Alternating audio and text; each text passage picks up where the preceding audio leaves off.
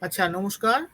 আহ, আমরা আহ, স- সাংবাদিক শুভাশিস মৈত্রর সঙ্গে গত আহ, পর্বে সাংবাদিকতা বিষয়ে তার অভিজ্ঞতা এবং তার সাংবাদিকতা বিষয়টা নিয়ে কিছু প্রশ্ন তাকে আমরা করেছিলাম। সেটি প্রথম পর্বে আমরা সেটা রেখেছি। আজকে দ্বিতীয় পর্বে আমরা মূলত ব্যক্তিগতভাবে সুভাষিস দার যে সাংবাদিকতায় আসা, সাংবাদিকতার অভিজ্ঞতা, এগুলো নিয়ে আমরা আজকে কথা বলবো। তো আমাদের আজকে সুভাষিস দার কাছে প্রথম প্রশ্ন থাকবে যে আপনি সাংবাদিকতাকে পেশা হিসেবে যে বেছে নিলেন, এটা কি, মানে এর কি কোনো ব্যাকগ্রাউন্ড আছে? আহ, বা যদি কিছু থাকে সেটা কি? আমাদের যে সময়টা ছিল তখন মানে সব ছেলে মেয়েদেরই বা বড় অংশের একটা রাজনীতির সঙ্গে যোগাযোগ থাকতো। সেটা বিভিন্ন রকম রাজনীতি হতে পারে। কেউ ছাত্র পরিষদ, কেউ হয়তো এসএফআই, কেউ হয়তো নকশালপন্থীদের সঙ্গে কিছুটা ঘনিষ্ঠতা বা অতিরিক্ত ঘনিষ্ঠতা ইত্যাদি প্রভৃতি। তো তারপরে একটা সময় দেখা গেল জরুরি অবস্থার পর পর সেটা আমি বিহারেও দেখেছি, দিল্লিতেও আমার ধারণা ঘটনাটা ঘটেছিল, কিন্তু কলকাতাতেও হয়েছিল। সেটা হচ্ছে বিভিন্ন রাজনীতির সঙ্গে জড়িত ছেলে মেয়েদের একটা অংশ তারা সাংবাদিকতায় চলে এলো। তার মধ্যে আমি বলবো, নাম বললে যেমন রাঘব বন্দ্যোপাধ্যায়ের নাম বলা যায়। তারপর নাম হয়তো সব আমার এখন এক্ষুনি মনে পড়বে না, কিন্তু সংখ্যাটা কম নয়। সংখ্যাটা দেবাশিস ভট্টাচার্য, তারপরে আনন্দবাজারের বেশ কয়েকজন, তাদের নাম আমি করছি না এই কারণে তারা সেটা চাইবেন কিনা তাদের এই রাজনৈতিক যোগাযোগের কথাটা বলতে, কিন্তু সেখানেও বেশ ভালো সাংবাদিক, তারা খুব প্রতিষ্ঠিত হয়েছেন, দু একজন অবসরও নিয়ে নিয়েছেন। এটা হয়েছিল। আর এর ফলে যেটা হলো, আগে যে ছিল না তা নয়, কিন্তু একটু বেশি করে এই বাংলা সংবাদ পত্রে নীলাঞ্জন দত্ত, নীলাঞ্জন অবশ্য মূলত ইংরেজি কাগজে বেশি কাজ করেছে, নীলাঞ্জন দত্ত, মিলন, মানে সংখ্যাটা কম নয়, অনেক। তো বেশি করে সংবাদ মাধ্যমে ওই সময় মানবাধিকার, জেলের ঘটনা, জেলের অন্যায় ঘটনা, জেলে অন্যায়ভাবে আটকে রাখার ঘটনা, এইগুলো একটু বেশি করে খবরের কাগজে আসতে শুরু করলো। এইটা আগেও ছিল, কিন্তু সংখ্যাটা বাড়লো। আমার নিজের মনে আছে, আমি যখন প্রতিক্ষণে কাজ করি তখন আজিজুল হকের একটা ডায়েরি বার করে নিয়ে এসে প্রতিক্ষণে আমরা ছেপেছিলাম। বা কলকাতা পুলিশের, আমি কুখ্যাতই বলবো, যদিও তিনি প্রয়াত, মারা গেছেন, রুনু গুহ নিয়োগী। তিনি একজন অত্যন্ত অত্যাচারী পুলিশ অফিসার ছিলেন, যিনি আইনের শাসনের বাইরেও, অত্যাচার করার অধিকার তো পুলিশকে দেওয়া হয়নি, কিন্তু উনি সেটা করতেন। এবং অনেক সময় উনি করতেন, বন্দীকে তার নিজের নামে অ্যারেস্ট করতেন, অন্য নামে অ্যারেস্ট দেখিয়ে আটকে রেখে মারধর করতেন, যাতে মারা গেলেও জবাবদিহি করতে হবে না।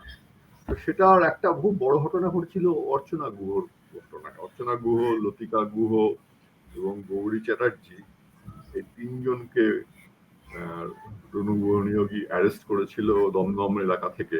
অর্চনা গুহ একজন স্কুল টিচার ছিলেন, লতিকা গুহ কলেজে পড়াতেন।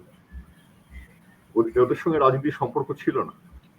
ওদের এক ভাই ইঞ্জিনিয়ার ছিলেন, তিনি কলকাতা কর্পোরেশনের এমপ্লয়ি ছিলেন। তিনি আসলে সৌমেন গুহ, তিনি রাজনীতির সঙ্গে যুক্ত ছিলেন। তার খবর নেওয়ার জন্য অর্চনা গুহ, লতিকা গুহর উপরে অত্যাচার চালানো হয় 22 দিন ধরে, অন্য নামে গ্রেফতার দেখিয়ে। এর ফলে অর্চনা গুহ পঙ্গু হয়ে গিয়েছিলেন। যখন জরুরি অবস্থা উঠলো, যখন ছাড়া পেলেন, তখন উনি হাঁটতে পারতেন না। তো অর্চনা গুহকে অ্যামনেস্টি ইন্টারন্যাশনাল বিদেশে নিয়ে গিয়ে চিকিৎসা করে সুস্থ করেছিল। সেই যাওয়া আসার খরচটা তখন অশোক মিত্র অর্থমন্ত্রী ব্যবস্থা করে দিয়েছিলেন, সেটা আমাদের মনে আছে। এবং উনি সুস্থ হয়ে ফিরলেন। ফেরার পরে প্রথম ইন্টারভিউ ওর সেটা প্রতিক্ষণে বেরিয়েছিল, আমি নিয়েছিলাম। তো এইগুলো আমি বলছি যে এই ধরনের ঘটনা আমরা ইয়ে করতাম, কি বলে, কাগজে অনেক বেশি আসতে শুরু করলো। অর্চনা গুহর ঘটনা যখন আমরা ইন্টারভিউ নিচ্ছি তখন রণু গুহ নিয়োগী একটা অর্ডার বার করে নিয়েছেন আদালত থেকে যে ইয়ে করা যাবে না, কোর্ট রিপোর্টিং ছাড়া। কারণ তখন সোমেন গুহ মামলা করেছেন রণু গুহ নিয়োগীর বিরুদ্ধে, রণু গুহ নিয়োগী এবং ওর আরো 4 জন সঙ্গীর বিরুদ্ধে যারা অত্যাচারটা চালিয়েছিল। সেই মামলা চলছিল। তো তখন একটা অর্ডার হয়েছিল যে কোর্ট রিপোর্টিং ছাড়া অন্য কিছু লেখা যাবে না। তো আমার মনে আছে যে ওই অর্ডার, আমার লেখা যখন আমি দেবেশ রায়কে দিলাম, দেবেশ রায় পড়ে স্বপ্নাদেবকে বললেন, তখন সম্পাদক ছিলেন স্বপ্নাদেব, স্বপ্নাদেবকে বললেন যে স্বপ্না, তোমার যদি এটা ছেপে জেলে যেতে হয় তুমি যাবে, কিন্তু আমরা এটা নেব। তো স্বপ্নাদেব আমাকে ডাকলেন, ডেকে বললেন যে আমাকে ইয়ে দাও, কপি দাও। আমি দিলাম, উনি পড়লেন অনেকক্ষণ ধরে, পড়ে উনি ঘর থেকে বেরিয়ে এসে আমাকে বললেন যে আমরা এটা ছাপছি। আমি বললাম যে এই কিন্তু হয়েছে, আদালত বলেছে এটা করা যাবে না, বলছে না আমরা এটা ছাপছি। ছাপা হয়েছিল। তার ফলে কোর্ট অবশ্য কোনো ব্যবস্থা তখন নেয়নি। কোর্ট ব্যবস্থা নিল যখন, সেটা হচ্ছে আমাদের আজকালে তখন নাজেস আফরোজ চাকরি করেন, পরে যিনি বিবিসির ব্যুরো চিফ হয়েছিলেন, ইন্টারন্যাশনাল ব্যুরো চিফ হয়েছিলেন সম্ভবত নাজিস। তো নাজিস আমাকে বললো যে ওরা একটা পেজ করছে অর্চনা গুহর উপরে, তাতে ঐতিহাসিক গৌতম চট্টোপাধ্যায়ের একটা লেখা থাকবে, দেবেশ রায়ের একটা লেখা থাকবে, আর আমাকে বলেছিল অর্চনা গুহর যে আইনজীবী তার একটা ইন্টারভিউ নিতে। অরুণ প্রকাশ চট্টোপাধ্যায়, হ্যাঁ, তার একটা ইন্টারভিউ নিতে। তো সেটা যখন বেরোনোর পরে আমরা খেয়াল করিনি, কোর্ট থেকে আমাদের কলকাতা হাইকোর্টের ডিভিশন বেঞ্চ 2 জন বিচারপতি ছিলেন, উমেশ বন্দ্যোপাধ্যায় এবং অজিত, আমার এখন নামটা মনে পড়ছে না, অনেকদিন আগের ঘটনা এটা। তারা সুমোটো মামলা করলেন আমাদের বিরুদ্ধে। এবং শুধু মামলা করা নয়, দেবেশ রায়, গৌতম চট্টোপাধ্যায় এবং আমার নামে এবং আজকালের প্রকাশক এবং সম্পাদকের নামে অ্যারেস্ট ওয়ারেন্ট বেরিয়ে গেল। সে খবরটা আমরা স্টেটসম্যানে দেখে, তখন তো এত ফোন ছিল না, আমার বাড়িতেও ফোন ছিল না তখন, আমাকে কি একজন এসে খবর দিল যে হাইকোর্টে গিয়ে সারেন্ডার করতে হবে, আর যাওয়ার সময় গৌতম চট্টোপাধ্যায়কে নিয়ে যেতে হবে।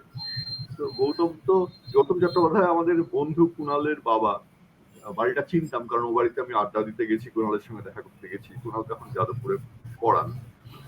তো আমি গিয়ে তারপরে গৌতম চট্টোপাধ্যায়কে নিয়ে আদালতে গিয়ে আমরা সারেন্ডার করলাম। সারেন্ডার করার পর দেবেশ রায়ও এসে সারেন্ডার করলেন, অশোক দাশগুপ্ত, আর তখন আজকালের প্রকাশক ছিলেন পিটিআই যে আগে চেয়ারম্যান ছিলেন সেই ভদ্রলোক প্রতাপ রায়। সারেন্ডার করার পরে মামলা শুরু হলো। তখন একটা বড় প্যানেল অফ লয়ার্স তারা এগিয়ে এসে বললেন আমরা এই মামলা লড়বো, পয়সার দরকার নেই, টাকা নেবো না। তার মধ্যে সোমনাথ চট্টোপাধ্যায় ছিলেন, অরুণাভ ছিল, তার মধ্যে জয়ন্ত রায় বলে সম্ভবত একজন ছিলেন। আমি তো উকিলদের ব্যারিস্টারদের নাম আমার সব এখন মনে নেই, অনেকদিন আগের ঘটনা। সোমনাথ বাবু থ্রু আউট ওই মামলা লড়েছিলেন এবং ওই মামলা আমরা জিতেছিলাম কলকাতা হাইকোর্টে। আমি এটা বলছি এই কারণে যে ওই মানুষের অধিকারের বিষয় ইত্যাদি প্রভৃতিগুলো তখন আগের থেকে একটু বেশি লেখা হতে শুরু হয়েছিল। তবে আমার সাংবাদিকতার শুরুটা অবশ্য প্রতিক্ষণ দিয়ে নয়, শুরুটা আজকাল দিয়ে। আজকালে গৌরকিশোর ঘোষ যখন সম্পাদক, সেই সময় আমি ওখানে ফ্রিল্যান্স করতাম। তারপরে সমরেশ বসু একটা কাগজ করলেন, মহানগর কাগজটার নাম ছিল। সেই কাগজেও বেশ কিছুদিন আমি কাজ করেছি, কর্মচারী হিসেবে নয়, সাংবাদিক হিসেবে বাইরে থেকে লেখাপত্র লিখতাম। একটা ঘটনা মনে আছে আমার, সমরেশবাবু একদিন আমাকে বললেন যে কলকাতার শ্মশানগুলো নিয়ে তুমি একটা লেখা করে দাও আমাকে। তো আমি ওই বুঝতেই পারছেন সমরেশ বসু বলছেন, আমার বয়স তখন কত 30-এর আশেপাশে হবে, ওই বলাটাই তো সাংঘাতিক ব্যাপার আমাদের কাছে তখন। তো সকালবেলা উঠে এক একটা শ্মশানে চলে যাই, সারাদিন সন্ধ্যে অব্দি কাটাই, লোকের সাথে কথা বলি, কখনো মনে হয় কিছু তো খবর পাচ্ছি, কখনো মনে হয় কি করে লিখবো। এই চলছে প্রায় দিন 15 ধরে। পরবর্তীকালে যখন পেশাদার সাংবাদিক হলাম তখন এই ধরনের একটা লেখা লিখতে আমার একদিনও হয়তো লাগতো না, কিন্তু তখন বয়স কম, আর কোনটা লিখবো কোনটা লিখবো না আরো দেখি আরো জানি। ন্যাশনাল লাইব্রেরি গিয়ে শ্মশানের ইতিহাস পড়া, কলকাতা বিশেষজ্ঞ দু একজনকে ধরা যে শ্মশানগুলো কবে কোথায় হয়েছে, এই করতে করতে নিমতলা শ্মশানে পেলাম, মারা গেছে নাকি মুনেশ্বর ডোম, প্রচুর বয়স। তো সে আর আমি অনেকক্ষণ ধরে চা খেতে খেতে গল্প করতে করতে উনি আমাকে বললেন যে আচ্ছা ভাই আপনি কি রবীন্দ্রনাথের পরিবারের কাউকে চেনেন? তা বললাম না না আমি তো চিনি না। বলে আছেন কেউ? বললাম যে নিশ্চয়ই আছেন, পরিবারের কেউ তো থাকবেন নিশ্চয়ই।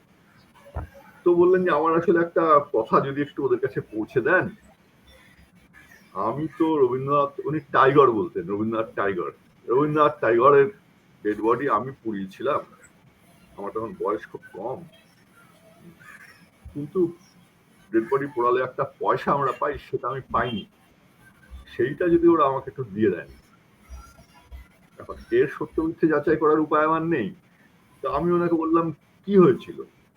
বললেন যে প্রচন্ড বৃষ্টি ছিল, আর কত যে লোক ছিল তার কোনো ঠিক নেই, কোলাপসিবল গেট আমাকে দেখালেন, সেই পর কিছুদিন আগে আমি গিয়ে দেখেছি ওই গেটটা সারানো হয়েছে। এই কোলাপসিবল গেটটা তখনই ভেঙেছিল, আর বৃষ্টিতে লোকে হুড়োহুড়িতে আমি কি বলে তার কাছে যে টাকা চাইবো সেটাই বুঝতে পারলাম না। সব মিটে গেল। উনি বলছেন যে উনি 2 বস্তা জুতো পেয়েছিলেন, ওই কাদায় পড়ে পিছলে টিছলে এরকম ভাবে লোকের জুতো ছুটে গিয়েছিল, হয়তো পা থেকে খুলে গিয়েছিল। তারপর অনেকক্ষণ চুপ করে থেকে বললেন কিন্তু জোড়া মিলাতে পারলাম না, তো সবই ওই কম পয়সা কম দামে বিক্রি করে দিতে হলো, জোড়া মেলাতে পারলে হয়তো দু একটা চটি আমরা পড়তেও পারতাম, এই বলে দুঃখ করলেন। এবং উনি যেহেতু রবীন্দ্রনাথের দেহ পুড়িয়েছিলেন, উনি বললেন যে তার আগে ওকে একবার নিমতলা শ্মশানে, ওর দাবি যে দেশবন্ধু চিত্তরঞ্জনের ক্রিমেশনের সময় ওকে নিয়ে যাওয়া হয়েছিল। আর ওর এই গুরুত্বটা কেন সেইটা আমার পক্ষে মানে সেটা উনি আমাকে ওটা বুঝিয়ে বলতে পারেননি। মিথ্যে কথা বলছেন বলে আমার মনে হয়নি, তার কারণ তারপরে ওকে নিয়ে দূরদর্শনের প্রোগ্রাম হয়েছিল। তো হঠাৎ এই লেখা নিয়ে যাওয়ার পরে আমি তো সমরেশ বাবুকে লেখা দিয়ে চলে গেছি, তারপরে আমাকে একজন বললেন যে তোমাকে ডেকেছেন উনি, যেতে উনি একদম চেয়ার ছেড়ে উঠে এসে বললেন খুব ভালো লিখেছো, আমরা এটা কভার স্টোরি করছি। সে কভার স্টোরি বেরিয়েও গেল, পুজোর আগ দিয়েছিল। তো বেরোনোর পরে তখন তো রোজগার নেই আমাদের খুব একটা, পয়সা আনতে গেছি, তো মহানগরের যারা ক্যাশ থেকে বললো যে পয়সা এখন পাবেন না, কারণ উনি পুজোর লেখা লিখতে ছুটি নিয়ে চলে গেছেন, উনি জয়েন করলে সই করবেন, তারপরে আপনি টাকা পাবেন। তো আমি দেখলাম তো মহা মুশকিল। আমি জিজ্ঞেস করলাম থাকেন কোথায়, শুনেছি এই কাছাকাছি একটা ফ্ল্যাট নিয়েছেন। তো উনি বললেন হ্যাঁ, এই সার্কাস, ওই পার্ক সার্কাসিং একটা রাস্তার উপরে বাড়ি ছিল, ঠিকানা দিলেন ওরা। তো আমি চলে গেলাম, দরজায় নক করলাম, কাজটা ঠিক করিনি, পরে মনে হয়েছিল। তো উনি উঠে এলেন, দেখলাম হাতে পেন, সত্যি লিখছিলেন। আমি একটু বিরক্ত করলাম, বললে হ্যাঁ বলো কি চাই। তাই বলে আপনি তো ছুটি নিয়েছেন শুনলাম, বললে হ্যাঁ আমার লেখা আছে। যে ওরা বলছে যে আপনি সই না করলে টাকা পাবো না, আপনি কবে জয়েন করবেন সেটা ওরা জানে না। কারণ উনি খুব লজ্জিত হয়ে আমাকে দাঁড়াও দাঁড়াও দাঁড়াও দাঁড়াও দাঁড়াও 1 মিনিট দাঁড়াও বলে ফোন তুলে কি এটা বললেন, আমাকে যাও টাকা দিয়ে দেবে। আমি গেলাম, আমার মনে আছে 155 টাকা পেয়েছিলাম, 50 নয়, আবার 60ও নয়, 55 কেন আমি জানি না, 155 টাকা পেয়েছিলাম। এই সব গল্প আর কি, যে সাংবাদিকতায় আমরা এসছি, যে খুব আমাদের মতো অনেকে হয়তো খুব বড় জায়গায় প্রথমেই কাজ পেয়েছে, আবার অনেকে আমার মতোই বিভিন্ন জায়গায় বেশ কিছুদিন কাজ করার পরে আমি চাকরি পেলাম গিয়ে প্রতিক্ষণ। তার আগে কয়েক বছর আমি অনেক বিভিন্ন জায়গায় লেখালেখি করেছি। ও তার আগে রাঘব বন্দ্যোপাধ্যায় আমাকে একদিন বললেন যে শনিবারের চিঠি কাগজটা আবার বেরোচ্ছে, তো তুই কাজ করবি। সে তো আমাদের মানে আকাশের চাঁদ পাওয়ার মতো, 300 টাকা মাইনে। তো আমি মধু মানে বিশ্বজিৎ রায়, পরে যে টেলিগ্রাফে ছিল, টাইমস অফ ইন্ডিয়াতেও ছিল, এখন চাকরি করে না, আনন্দবাজারও ছিল বোধ হয়। আমি, মধু, রঞ্জন সেন, আমরা 3 জন সাংবাদিক, রাঘব আমাদের ওপরে, আর কাগজটা ফিনান্স করতেন বনফুলের ছেলে চিরন্তন বন্দ্যোপাধ্যায়, উনি ফিনান্স করতেন। কিন্তু সেটা বেশি দিন চলেনি। চেষ্টা হয়েছিল, সজনীকান্তের দাসের ছেলে রঞ্জন দাস, তিনি ওই ধরনের সজনীকান্তের মতন ওই ধরনের লেখাপত্রও বেশ কিছু লিখতেন। অজিত চক্রবর্তী যুগান্তরের চিফ রিপোর্টার ছিলেন, তিনি জয়েন করেছিলেন, কিন্তু কাগজটা বেশি দিন চলেনি। তারপরে আমি ওখান থেকে প্রতিক্ষণে যাই, প্রতিক্ষণ থেকে আজকাল থেকে টেলিভিশন ইত্যাদি হয়ে, আনন্দবাজার হয়ে, বর্তমানে এবং আমার অনেক চাকরি করেছি সারা জীবনে। টেলিভিশন, খবরের কাগজ, পোর্টাল মিলে 16-17টা তো হবেই। এই হচ্ছে মোটামুটি আমার সাংবাদিকতার ইতিহাস। আপনি একদিন বলছিলেন যে মহানগরে যখন কাজ করছিলেন তখন এই যে ফিচারটা লেখার পরে অন্য একটা বিষয়কে কেন্দ্র করে মহানগরে আপনার লেখাটা বন্ধ হয়ে গেছিল। হ্যাঁ, সেটা হয়েছিল। সেটা হয়েছিল তখন কলকাতায় যাদবপুর বিশ্ববিদ্যালয়ের কিছু ছাত্রছাত্রী, তারা সুপার 8 ক্যামেরায় ছবি করছিল, এবং ওই ছবিগুলো প্রায় সবই মানুষের আন্দোলনের সম্পর্কিত ছবি বা একদমই আর্টিস্টিক ছবি। কিন্তু সেইটা জানার পরে আমি ঠিক করলাম যে আমি এটা নিয়ে একটা লেখা লিখবো। তো তারা বেশিরভাগই, প্রায় সবাই, আমি যাদের দেখেছিলাম সবাই বামপন্থী, এবং অনেকেরই ধারণা এটা দিয়ে একটা বিপ্লব হয়ে যাবে। আমারও কিছুটা মনে হয়েছিল সেরকমই। তখন ওদের নিয়ে যে লেখাটা লিখলাম, তাতে ওরা ইন্টারভিউতে, কম বয়সে যা হয়, ইন্টারভিউতে মানে খুবই খারাপ কাজ করেছিলাম আমার মনে হয়। সত্যজিৎ রায় সম্পর্কে নানান আপত্তিকর সব মন্তব্য তারা করেছিল, এবং আমিও সেই সব লিখে তো লেখা জমা দিয়ে দিয়েছি। আর আমার আগের লেখাটা তো হই হই করে সবাই পছন্দ করেছে বলে এটা সাব এডিটররা, মানে আমার থেকে যারা সিনিয়র ছিলেন, তারা কেন কাটেননি, আমি আমার হাতে এলাম, মানে ওই বয়সে আমার হাতে এলে আমি হয়তো কেটে দিতাম, মানে আর একটু ম্যাচুরিটি থাকলে। তো সেটা বেরিয়ে যায়। বেরিয়ে যাওয়ার পরে আমি যেটুকু শুনেছি, এগুলো সবই শোনা কথা, কিন্তু যে মৃণাল সেন ফোন করে ওদের বলেন যে সত্যজিৎ রায় বলেছেন যে উনি মহানগরের ওই পুজোর আগে তো পুজো সংখ্যায় একটা লেখা দেওয়ার কথা ছিল, সত্যজিৎ রায় বলেছেন যে উনি লিখবেন না। তখন এর সত্য মিথ্যে যাচাই করা আমার পক্ষে সম্ভব নয়। তখন রবি সেন বলে ওদের এক বন্ধু ছিলেন, মৃণাল সেনদের এক বন্ধু ছিলেন, রবি সেন, যিনি সমর সেনেরও বন্ধু ছিলেন। সে রবি সেনের বোন ছিলেন যাদবপুর বিশ্ববিদ্যালয়ের লাইব্রেরিয়ান মীনা সেন। তো মীনাদি আমাকে চিনতেন, আমি মীনাদিকে গিয়ে বললাম, দুঃখ করে বললাম, দেখুন এ তো এই হয়েছে, আমার আর লিখতে দেবে না বলেছে। তো মীনাদি বললেন, দাঁড়া, আমি দাদার সাথে কথা বলছি। তো রবি সেন আমাকে বললেন যে আমি ওদের বলেছি, যারা বাচ্চা ছেলে লিখেছে, ভুল করেছে, তোমরা এরকম করছো কেন? এই গল্পগুলোর গল্প হিসেবে নেওয়াই ভালো, কারণ কোনোটাই আমার নিজে কানে শোনা নয়, সবই আমি অন্যের থেকে শুনছি। সত্যি বলেছিলেন কিনা সত্যি, কিন্তু ঘটনা যেটা, সেটা আমার লেখাটা বন্ধ হয়ে গেল। তারপরে আমার আর কোনো লেখা মহানগর ছাপেনি, সেটা ঘটনা। আর আর আর এই গল্পটার কতটা সত্যি, কতটা মিথ্যে, কতটা বানানো, সেটা আমাকে বলা মুশকিল। আমি যেভাবে শুনেছিলাম আমি সেটাই বললাম আর কি। আর এরা সবাই খুব বিশিষ্ট মানুষ, নামী মানুষ, খুবই গুণী মানুষ, সারা দেশের লোক তাদের সম্মান করে। তারা একটা এরকম ঘটনায় ঠিক কি বলেছিলেন আর কিভাবে আমার কাছে রিপোর্টেড হয়েছে এটা নিয়ে আমার সন্দেহ যে নেই তা নয়। যাই হোক, আপনি জানতে চাইলেন বলে বললাম যে ওই লেখাটা লেখার পর, ওই সুপারহিট নিয়ে লেখাটা লেখার পরে আমার ওখানে লেখা বন্ধ হয়ে গেল। তারপরে আমি ওই যারা সুপারহিট করছিলেন ওদের সঙ্গে ছিলাম কিছুদিন, যোগাযোগ ছিল। এরপরে একটা ডাক্তারদের ধর্মঘট হয় কলকাতায়, বড় ধর্মঘট হয়েছিল জুনিয়র ডাক্তারদের, যারা অনশন করেছিল 80 দশকে 85 টাইপ এরকম হবে, 85 মানে হ্যাঁ 85 ওই সময় হবে। তখন ওই ডাক্তারদের ধর্মঘট নিয়ে সুপারহিট একটা ছবি হয়েছিল, স্বাস্থ্য আমার অধিকার বলে। কারণ তখন না কলকাতার হাসপাতালে সারা রাত্রির এক্সরে মেশিন, তারপরে ব্লাড টেস্ট, এগুলো হতো না অনেক জায়গাতে। ওদের অনেকগুলো দাবির মধ্যে এইগুলোও দাবি ছিল। তো সেই একটা ছবি হয়েছিল স্বাস্থ্য আমার অধিকার বলে, ওই যাদবপুরের ছাত্রছাত্রীরাই করেছিল। তো ওরা আমাকে বলেছিল স্ক্রিপ্টটা লিখে দেওয়ার জন্য। সেই স্ক্রিপ্টটা তখন আমি লিখেছিলাম, সেই ছবিটা হয়তো এখন আর কোথাও নেই, বলে ওই একটা যোগাযোগ ছিল ওদের সঙ্গে আমার। তো এই মোটামুটি হচ্ছে মহানগর পর্ব। তারপর প্রতিক্ষণে আমি অনেকদিনই ছিলাম,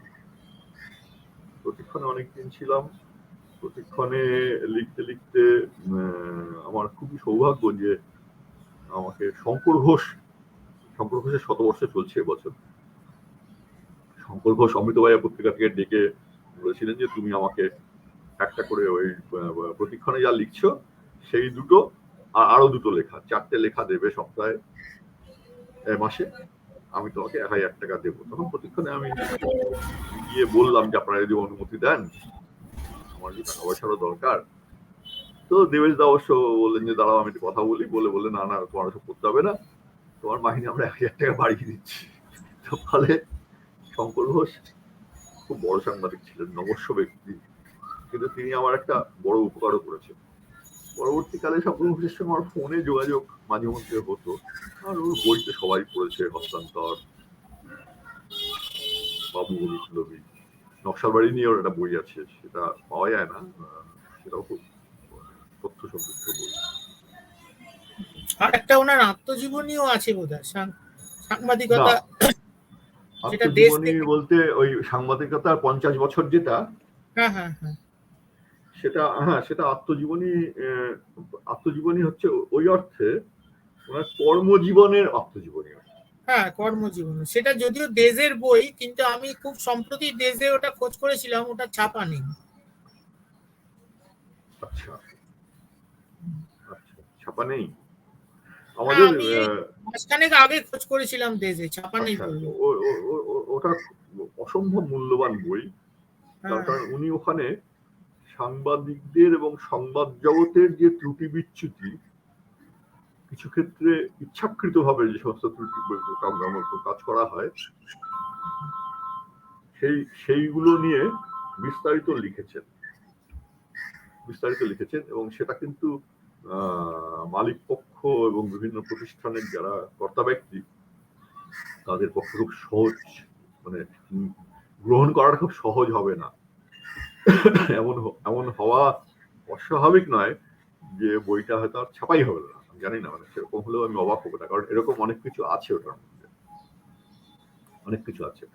এছাড়া উনি একটা আত্মজীবনী লেখা শুরু করেছিলেন শঙ্কর ঘোষ, সেটা ওই 40-45 পাতা মতন লিখেছিলেন, শেষ করে যেতে পারেন। দেশ পত্রিকায় ওনার যে ধারাবাহিকটা বেরিয়েছিল সেটার নামই হস্তান্তর, তাই তো?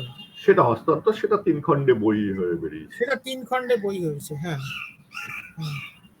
আচ্ছা, আরেকটা কথা বলুন, সেটা এই প্রতিক্ষণের প্রশ্নটা যখন এলো, তো প্রতিক্ষণে আমরা দেখেছিলাম যে প্রতিক্ষণকে কেন্দ্র করে একটা অন্যরকম একটা সাংবাদিকতার ধারা তৈরি হয়েছিল, সেটা আপনি নিজেও খানিকটা স্বীকার করলেন বা নিজের অভিজ্ঞতা দিয়েও সেটা বুঝেছেন। এবং এক ঝাঁক নতুন সাংবাদিক যাদের কারুর কারুর নাম আপনি করলেন, নীলাঞ্জন দত্ত, তারপর মিলন দত্ত অবশ্য প্রতিক্ষণে সেভাবে লিখেছেন বলে আমার মনে করতে পারছি না। মিলন তো প্রতিক্ষণে চাকরি করতেন, হ্যাঁ, আচ্ছা আচ্ছা, হ্যাঁ। আমার আগে থেকেই করতেন। বরেন ভট্টাচার্যর নাম বলতে পারি, বরেন হ্যাঁ, ভট্টাচার্য, বরেন দার সাথে আমার সিদ্ধার্থ খুবই রায়, ঘনিষ্ঠতা ছিল এক সময়। সিদ্ধার্থ রায়, যিনি দেবেশ রায়ের ভাই ছিলেন সম্ভবত, উনিও তখন কাজ করতেন। নীলাঞ্জন দত্তর কথা বললেন, নীলাঞ্জন দত্ত মূলত ইংরেজিতেই লিখতেন, এখন মনে হয় উনি টেলিগ্রাফে লেখেন।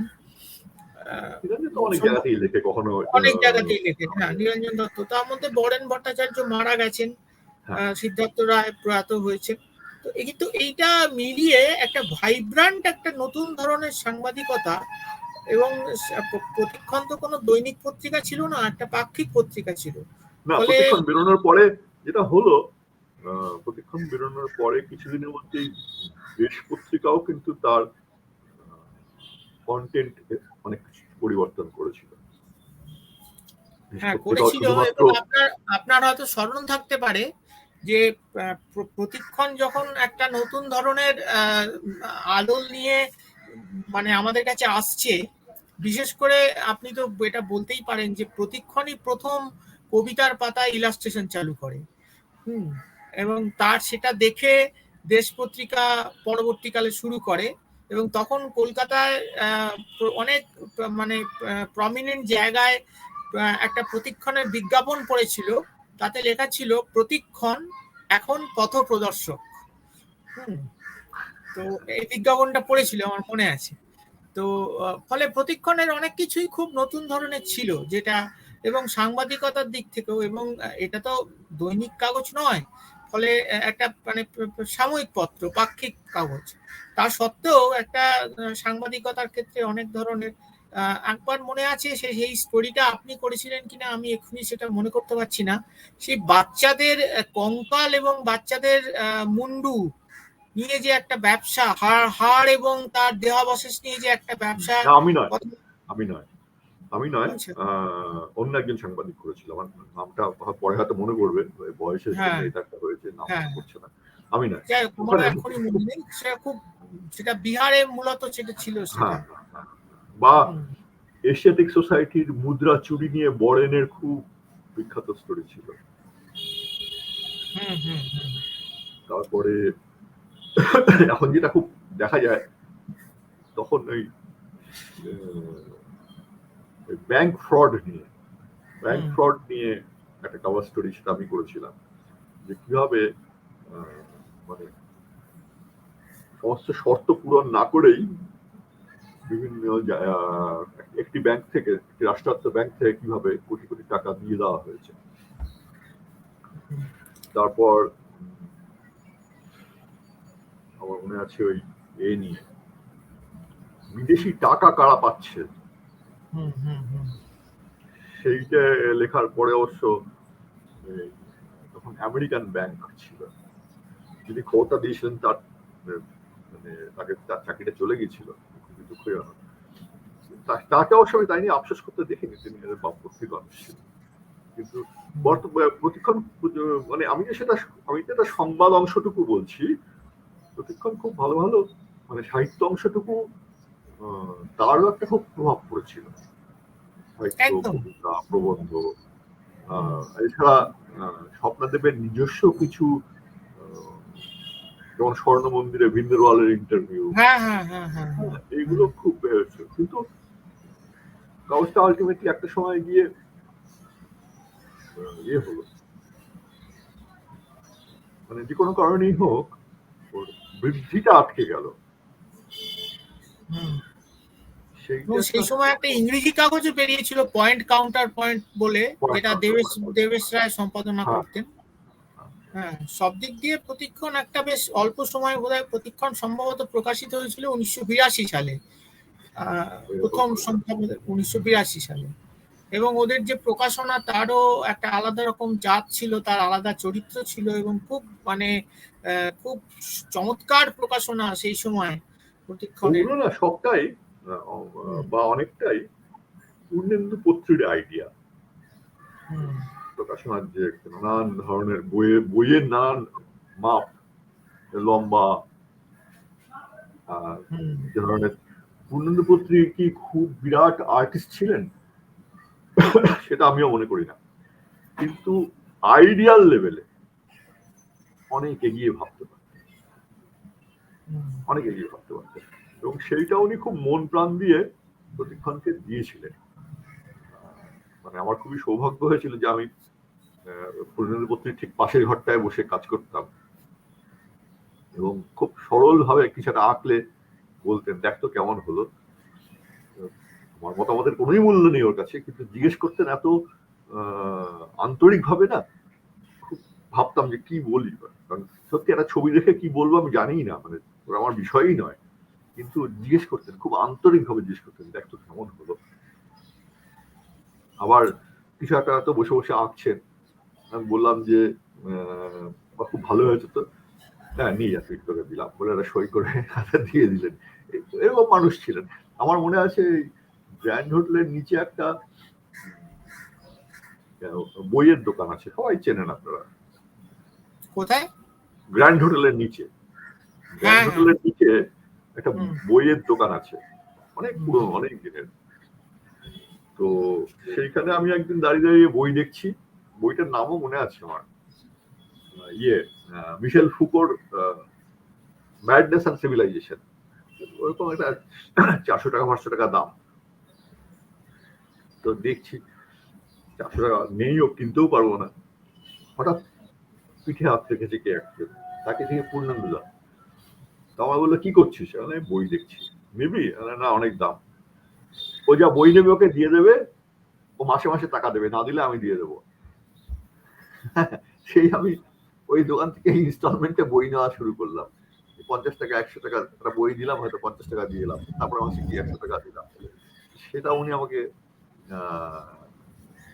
আমি বলিনি নিজে, এরকম লোক ছিলেন ভদ্রলোক।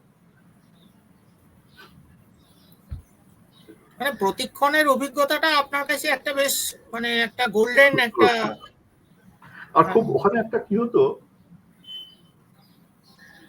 মানে একটা মানে গুণীজনেদের উপস্থিতি হতো তো খুব, আর সেটা কম বয়সে খুব লাগতো, এটা বিস্ময়ের সঙ্গে দেখতাম মাঝে মাঝে। তো এরকম অনেক সময় হয়েছে, কোন বিখ্যাত একটা মানুষকে পূর্ণেন্দু পত্রী ইন্টারভিউ করবেন, আমাকে বললেন চল আমার সঙ্গে, আমি ওই টেপটা অপারেট করবো, তারপরে হয়তো লিখেও দিলাম শুনে শুনে। এরকম অনেক জায়গায় উনি আমাকে অনেক সময় নিয়ে গেছেন। স্বপ্নাদেব যেমন জ্যোতিবাবুকে ইন্টারভিউ করতে যাওয়ার সময় আমাকে বললেন যে চলো আমার সঙ্গে। তো আমি বোধহয় একটাই প্রশ্ন করেছিলাম, আমার প্রশ্ন করার কথা নয়, কিন্তু লোভ সামলাতে না পেরে একটা গোল গোল প্রশ্ন করেছিলাম। পরবর্তীকালে জ্যোতিবাবুর সঙ্গে মানে খবরের কাজে যাওয়ার পরে বিভিন্ন বিষয়ে ফোনে কখনো কখনো যে কথা হয়েছে বা প্রেস কনফারেন্সে, কিন্তু প্রতিক্ষণে থাকতে ওইটাই ছিল আমার, যে ওই উনি ওনার মানে ওনার কাছে একটা চেয়ারে বসার সুযোগ, সেটাই ছিল প্রথমবার। আচ্ছা, আরেকটা কথা আপনি একদিন বলেছিলেন আমাকে, সেটা হচ্ছে যে এই যে অপারেশন সানশাইনের সময় যখন হাতিবাগানে আপনার ওই উচ্ছেদ হচ্ছিল, হচ্ছে গিয়ে তখন আমি যে কাগজে কাজ করি সেটা বোধহয় 96 হবে, 94 বোধ হয়, 94-95 হবে, হ্যাঁ 94-95 ওই সময়টা। তখন ওই গভর্নমেন্টের শিল্পনীতি প্রকাশ পেয়েছে পশ্চিমবঙ্গ সরকারের, এবং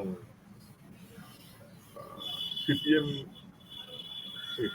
পাবলিক প্রাইভেট পার্টনারশিপ বলে একটা থিওরি হাজির করেছিল, ভালোর জন্য, পশ্চিমবঙ্গের ভালোর জন্যই, যে তার আগে সিপিএম এর যে রাজনীতি তাতে এটা পারমিট করতো না। ওই পাবলিক প্রাইভেট পার্টনারশিপের ফল হচ্ছে হলদিয়া, যেখানে সরকারেরও অংশীদারি থাকবে, ব্যক্তিগত মালিকানারও অংশীদারি থাকবে। তখন ওদের বক্তব্য ছিল যে এই মনমোহন সিং দেশটাকে ধ্বংস করে ফেলবে, যদিও পরবর্তীকালে সেটা বলে না। এখন বলে মনমোহন সিং থাকতে সময়টা আজকের থেকে বেটার ছিল, হোয়াট এভার। তো মনমোহন সিং এর যে অর্থনীতি, তাতে সেই সুযোগ নিয়ে পশ্চিমবঙ্গকে ডেভেলপ করতে হবে, তার জন্য ওরা একটা শিল্প নীতি প্রকাশ করবে। আর তখন এটা কার মাথায় ঢুকেছিল আমি জানি না, যে সাহেবরা এসে যেন কলকাতাটাকে একটা ছবির মতো দেখে, ফলে গরিব লোক সরিয়ে দেওয়া এখান থেকে। তো ঠিক হলো, সব যত হকার আছে সব তুলে দেওয়া হবে। পশ্চিমবঙ্গে হকার এবং তার পরিবারের সংখ্যা ধরলে সংখ্যাটা তো কয়েক লক্ষ। একটা গভর্নমেন্ট যে কি করে এরকম সিদ্ধান্ত নিতে পারে। আর কোথায় সেই ধারে গোবিন্দপুরে বা তেপান্তরের মাঠের কাছে কতগুলো খড়ের চাল করে বললো বিকল্প ব্যবস্থা, এই নাও বিকল্প ব্যবস্থা। মানে হকার তো রাস্তার ধারে বসেন তার ক্রেতার সঙ্গে সরাসরি যোগ থাকে বলে। ক্রেতা রাস্তায় আসেন, হকার রাস্তায় বসেন। একটা 12 টাকার জিনিস ক্রেতা বলবে 3 টাকা, ও বলবে 6 টাকা, এই করে বিক্রি হয়, সবাই জানে। তো তুলে দেওয়া হবে, এবং সমস্ত খবরের কাগজ হই হই করে সেটাকে সমর্থন করছে, যে এতদিনে নাকি সরকার একটা ঠিক সিদ্ধান্ত নিয়েছে। তো আমরা যারা একটু নিজেদেরকে বামপন্থী ভাবতাম টাবতাম, তারা আড়ালে বলতে শুরু করলাম যে কি হচ্ছে। ঘটনাচক্রে যেদিন অপারেশন সানশাইন ইমপ্লিমেন্ট হলো প্রথম দিন হাতিবাগানে, সেদিন আমার নাইট ডিউটি আমাদের নর্মালি হতো তখন 1টা পর্যন্ত রাত্রি, পরে সেটা 2টো হয়েছিল, কিন্তু বড় ঘটনা ঘটলে থেকে যেতে হতো। তো আমি গিয়ে দাঁড়িয়ে আছি হাতিবাগানে, দেখছি একের পর এক হকাররা জানতো যে ওরা, অনেকেই জানতেন যে পারবেন না, অনেকে জিনিসপত্র নিয়ে চলে গিয়েছিলেন, বাকিরা জিনিসপত্র নিয়ে চলে যাচ্ছেন। কোনো বিক্ষোভ বিদ্রোহ কোথাও কিছু নেই। অথচ ওই এলাকাগুলো তখন কংগ্রেস কাউন্সিলর সব, তারা যে কোথায় চলে গেলেন, তারা যে এসে দাঁড়াবেন, এই লোকগুলো তো ভোট দিয়েছে তাদেরকে। যাই হোক, চলছে, কয়েক ঘন্টা চলার পরে আমি দেখলাম কান্তি গাঙ্গুলি এলেন। কান্তি গাঙ্গুলি এটার অপারেশনের নেতৃত্ব ছিলেন কর্পোরেশনের তরফ থেকে। তো আমি জিজ্ঞেস করলাম কি অবস্থা। তো আমার কথাটা এখন কানে বাজে। উনি বলেছিলেন একজনের ছাড়া সবাই ম্যানেজ করা ফেলছে। সেই একজনটা, আমি তারপরে এই ধরুন রাত 2টা-2:30 নাগাদ যখন বাড়ি ফিরছি, আমি তখন গোল পার্কে থাকতাম, তখন এতে দেখলাম ওই রাত 2টো নাগাদ দেখছি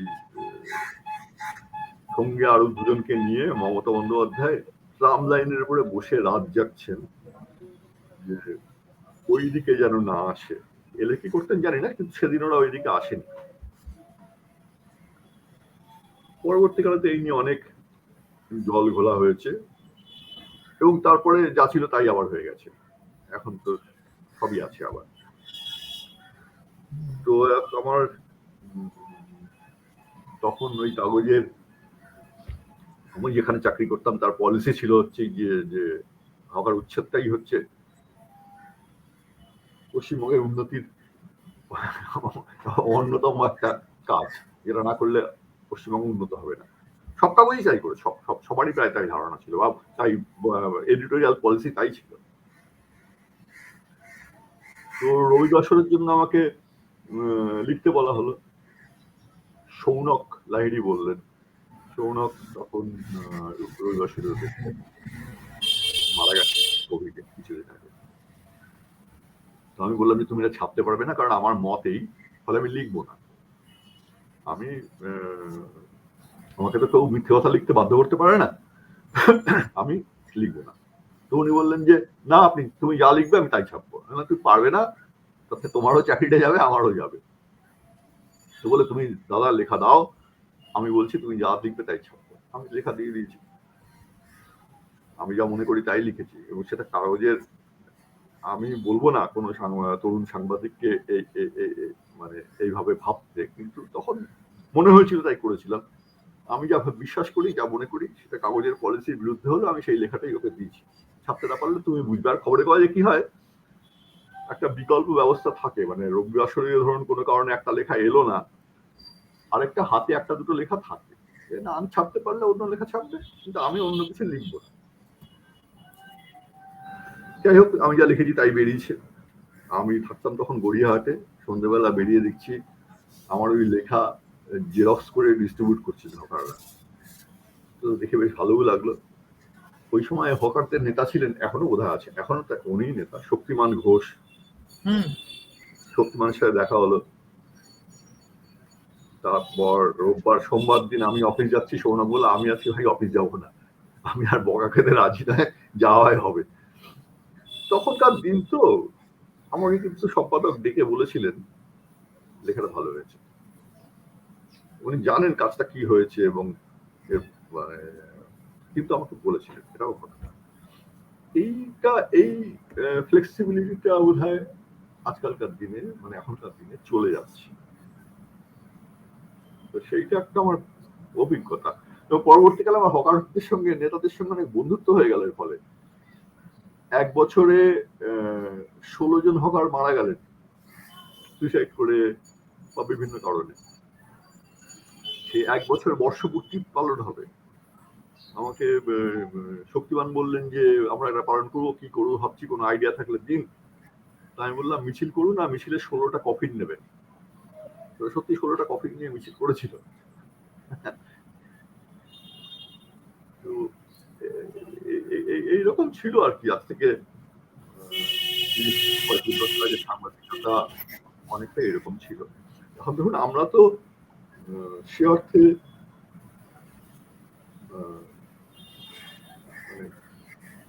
যারা স্টার জার্নালিস্ট হয়, আজ লন্ডন, কাল দুবাই বা পরশু আমেরিকা যাচ্ছে, বন্ধুদের সঙ্গে ঘুরছেন, সেই লেভেলের সাংবাদিক ছিলাম নাকি। এবং সেই লেভেলের সাংবাদিক হওয়ার যে খুব একটা চেষ্টা, সেটাও ছিল না, হয়তো যোগ্যতাও ছিল না, কিন্তু প্রফেশনটার প্রতি অসম্ভব ভালোবাসা ছিল। এবং মনে হতো যে এর মধ্যে দিয়ে, সে মনে হওয়াটা হয়তো অনেক অংশে ভুলও, সবটা ভুল নিশ্চয়ই নয়, এর মধ্যে দিয়ে কিছুটা মানে ন্যায়সঙ্গত কাজ করার সুযোগ আছে, সেটা মনে হতো। এখনো যে মনে হয় না তা নয়, কিন্তু তখন কিছু কিছু ক্ষেত্রে আমরা সেটা করতে পারতাম। সেই পারাটা হয়তো কমে গেছে কিনা আজকে, মানে আমি যখন অনেকটাই বিচ্ছিন্ন, মানে আমি নিজে লেখালেখি করি, কিন্তু এখন তো স্পটে আর যাই না, ঘটনাস্থলে আর যাই না, সেটা এখনকার সাংবাদিকরা বলতে পারবেন কতটা চেঞ্জ হয়েছে। তো আমাদের সময় এটা ছিল, মানে কাগজের মত আর আমার মত যদি আলাদাও হয়, সে খবরটা হয়তো ছোট করে বেরোবে, কিন্তু বেরোতো। আমার আরেকটা ঘটনা মনে আছে, যেহেতু আমার কাগজ তখন ভীষণভাবে প্রো গভর্নমেন্ট, তখন শিক্ষামন্ত্রী ছিলেন সত্যসাধন টাইটেল কি ছিল? চক্রবর্তী। সত্যসাধন চক্রবর্তী। তো আমি একটা খবর লিখলাম যে সত্যসাধন চক্রবর্তী, ওই ওনার বই পড়ানো হতো হায়ার সেকেন্ডারিতে, উনিও ওনার সঙ্গে আরেকজন, পলিটিক্যাল সায়েন্সের বই, স্নাতক স্তরেও পড়ানো হতো। আচ্ছা, এবারে এই যে বই রেকমেন্ড করবে বোর্ড, তার জন্য বইয়ের কপি জমা দিতে হয় বোর্ডকে। তারা একটা টেক্সট বুক নাম্বার দেয়, টিবি নাম্বার। তো উনি যে বইটা জমা দিয়েছিলেন, বা ওর হয়ে যিনি জমা দিয়েছিলেন, তিনি বইয়ের পৃষ্ঠা সংখ্যা কম দেখিয়েছিলেন এবং বইয়ের দাম অনেক কম দেখিয়েছিলেন। কিন্তু বাজারে যেটা বিক্রি হতো ওই টিভি নাম্বার দিয়ে, তার পৃষ্ঠা সংখ্যা অনেক বেশি, দামও অনেকটাই বেশি। এটা শিক্ষামন্ত্রী, তিনি এটা করছেন। তো আমি জিজ্ঞেস করলাম, উনি বললেন আমি তো দেখি না, ওরা করে, বলতে পারবো না। এই হচ্ছে উত্তর। তো সেই খবরটা আমাদের বেরোলো খুব ছোট করে, কারণ আমাদের কাগজ তখন যেখানে কাজ করতাম তারা সরকার বিরোধী খবর ছাপতে চাইতেন না, বেরোলো খুব ছোট করে। কিন্তু কাজ যে হলো না তা কিন্তু নয়, পরবর্তীকালে উনি ওই পৃষ্ঠা সংখ্যা ইত্যাদি সব ঠিক করতে হয়েছিল, সেটা হয়েছিল। তো এইরকম ছিল আমাদের সময়টা অনেকটা। আর আমাদের একটা সৌভাগ্য ছিল যে আমরা কিছু মানে এখনকার জুনিয়ররা তো আমাদেরকে পায়, কিন্তু আমরা তো অনেক স্টলওয়ার্ড বড় বড় মানুষকে পেয়েছি। অমিতাভ চৌধুরী, শঙ্কর ঘোষের নাম বললাম, তারপর আপনার অনিল ভট্টাচার্য, আমরা বরুণ সেনগুপ্তকেও তখন মানে ভয়ে কথা বলতাম না, কিন্তু ওনাকেও আমরা রাইটার্স বিল্ডিং এ দেখতাম গলায় চশমা ঝুলিয়ে ঘুরছেন। অনিল ভট্টাচার্যকে তো দেখেইছি। অনিল ভট্টাচার্য ছিলেন একমাত্র সাংবাদিক যিনি যার জ্যোতিবাবুর ঘরে ঢুকতে পারমিশনের দরকার হতো না। অনিল ভট্টাচার্য ওই খবরটা ওরই ব্রেকিং ছিল, উনি বাকিদের দিয়েছিলেন। ইদ্রিসকে পিটিয়ে ইদ্রিস যে লকআপের মধ্যে যে খুন হয়ে গেল, সেই সেটা ওরই খবর ছিল। উনি তো যুগান্তরে ছিলেন। যুগান্তরে ছিল, খুব বড় সাংবাদিক ছিলেন। মানে অত বড় ক্রাইম বিটের রিপোর্টার আমরা আর দেখিনি পরবর্তীকালে।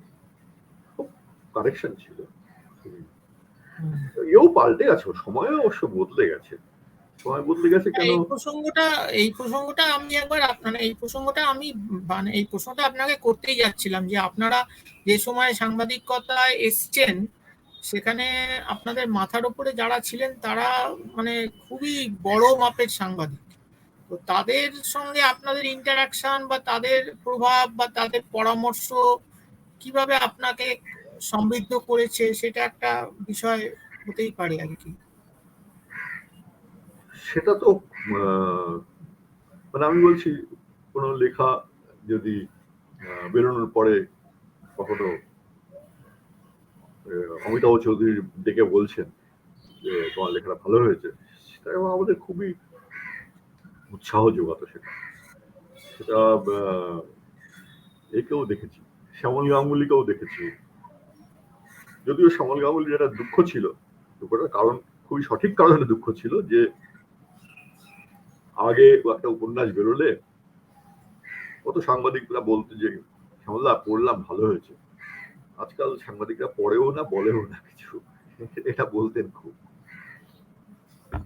সন্দীপন চট্টোপাধ্যায়ের সঙ্গে একই গাড়িতে বাড়ি ফিরতাম মাঝে মাঝেই, আর মাঝে মাঝে বেজায় তর্ক হতো। সন্দীপন দার বক্তব্য ছিল এই হকার উচ্ছেদ নিয়ে যে বৈঠকখানা তা তো গুছিয়ে রাখতে হবে, বাইরের লোক ডাকছি। আমি বললাম যে আপনার বৈঠকখানা গোছান, কিন্তু আপনি তো অন্য লোকের বৈঠকখানা ভেঙে দিচ্ছেন। তো যাই হোক, খুব ছিল, মানে যে কোনো বিষয় নিয়ে আলোচনা করা যেত, কথা বলা যেত। সেইটা একটা সেই সেই যুগটা তো চলেই গেছে, বদলেও গেছে। সময় অনেক বদলে গেছে। কিরকম আগে রাইটার্স বিল্ডিং এ যখন আমরা ডিউটি করতাম, জ্যোতিবাবুর ঘরে হয়তো সবসময় ঢোকা যেত না, বাকি সবার ঘরেই গিয়ে একটা স্লিপ দিয়ে দাঁড়িয়ে থাকলে বা 1 ঘন্টা বসলে বা 2 ঘন্টা বসলে তার সাথে দেখা করে 5টা প্রশ্ন করা যেত। সবসময় যে খবর হতো তাও নয়, বা এমনও হতো কোনো কোনো রিপোর্টার বলতেন যে আর একটাও খবর নেই, খবর টবর কি আছে বলুন না। তিনি হাতে আচ্ছা এটা কি তোমার লাগবে, ওটা কি তোমার লাগবে বলে 3-4টে বললেন, কোনো একটা হয়তো আমরা সবাই নিলাম। সেইটা একদম উঠে গেছে,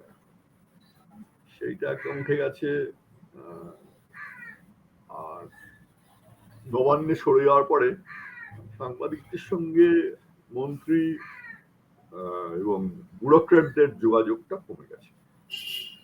ওই যে যাকে পছন্দ করেন তার সঙ্গে হয়তো যোগাযোগ আছে, কিন্তু ইন জেনারেল জার্নালিস্টদের সঙ্গে যোগাযোগ সেটা কিন্তু কমে গেছে বলে শুনতে পাই আমি নবান্নে ওই আমাদের যে সাংবাদিকের কার্ড আছে রিভিউ করানোর জন্য বছরে একবার করে যাই।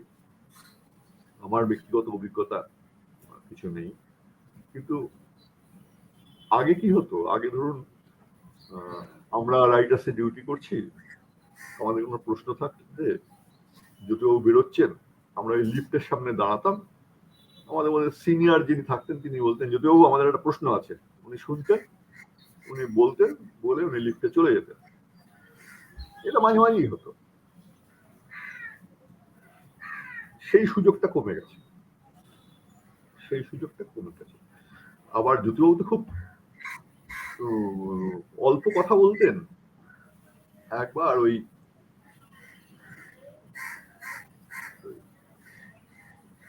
আপনার যে যুব কংগ্রেসের ইয়েতে যে গুলি চললো, 12 জন 13 জন মারা গেলেন 21শে জুলাই।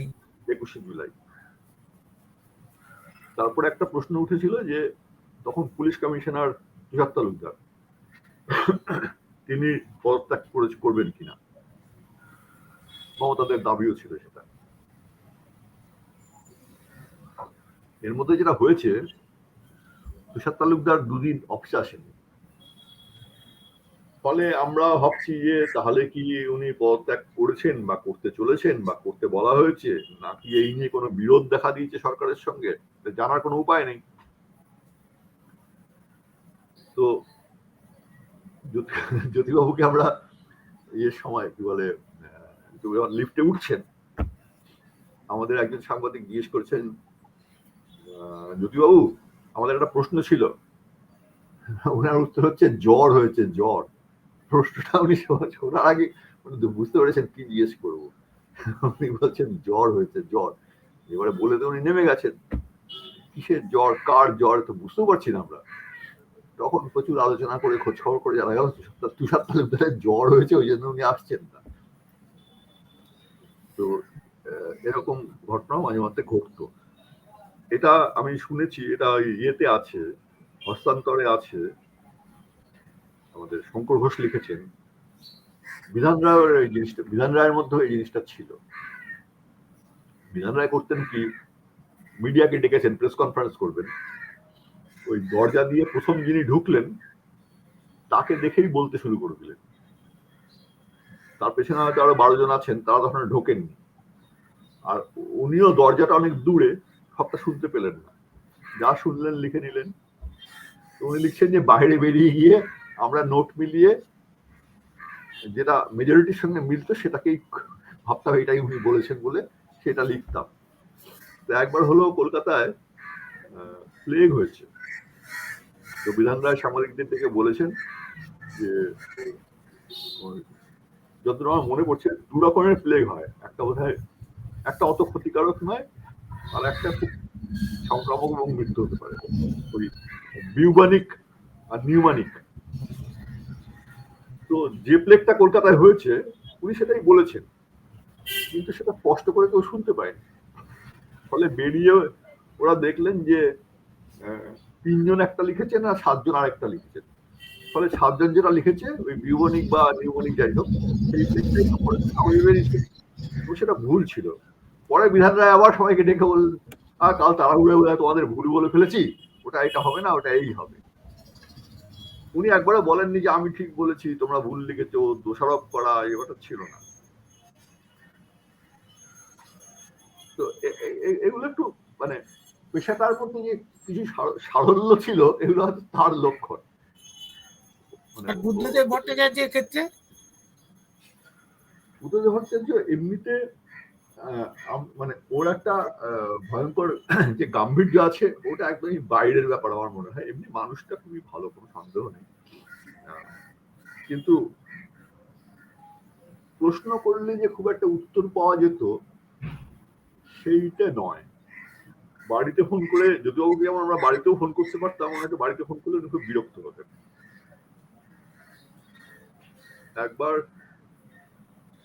95 কি 96 হবে, তখন ওই সিপিএম এর চণ্ডীগড়ে পার্টি কংগ্রেস চলছে, আর এই নদিয়া বা উত্তর 24 পরগনায় পোলিও বলা হলো, পোলিও খেয়ে বহু শিশু অসুস্থ। পরে আমরা জেনেছি পোলিও খেয়ে আসলে অসুস্থ হয় না, অন্য অন্য নানা কারণ থাকে, বা যদি ওষুধটা খারাপ হয়ে গিয়ে থাকে কোনো কারণে, সেটা হতে পারে। তো ওরকম বেশ কিছু শিশু অসুস্থ। তো আমি চণ্ডীগড়ে আছি, আমাকে অফিস থেকে বললো যে একটা জ্যোতিবাবুর বা বুদ্ধবাবুর একটা রিয়াকশন চাই। তো বুদ্ধবাবুকে ফোন করলাম হোটেল থেকে, আমরা একটা হোটেলে উঠেছি, রাত্রি তখন 9:30 হবে। বুদ্ধবাবুর উত্তরটা আমার এখনো মনে আছে। উনি বললেন, এখান থেকেই এই নম্বর পেয়ে থাকুন, এই নম্বরে আর ফোন করবেন না, বলে আমি ফোনটা রেখে দিলাম। আমার প্রশ্নটা শুনেও তখন যদিও শরীর খারাপ পড়ে যাচ্ছে, কিন্তু আমরা একটু দ্বিধাবোধ করতাম বেশি রাত হয়ে গেলে। কি করব, আমাদের সে চাকরির বালাই অফিস থেকে বলছে সরকারের রিয়াকশন কি, আর গোটা সরকারই তো ওখানে। তখন প্রশান্ত সুর তখন স্বাস্থ্যমন্ত্রী, কিন্তু উনি কোথায় আছেন খুঁজে পাচ্ছি না। তারপরে জয়মা বলে জ্যোতিবাবুর ফোন নাম্বারে ফোন করলাম।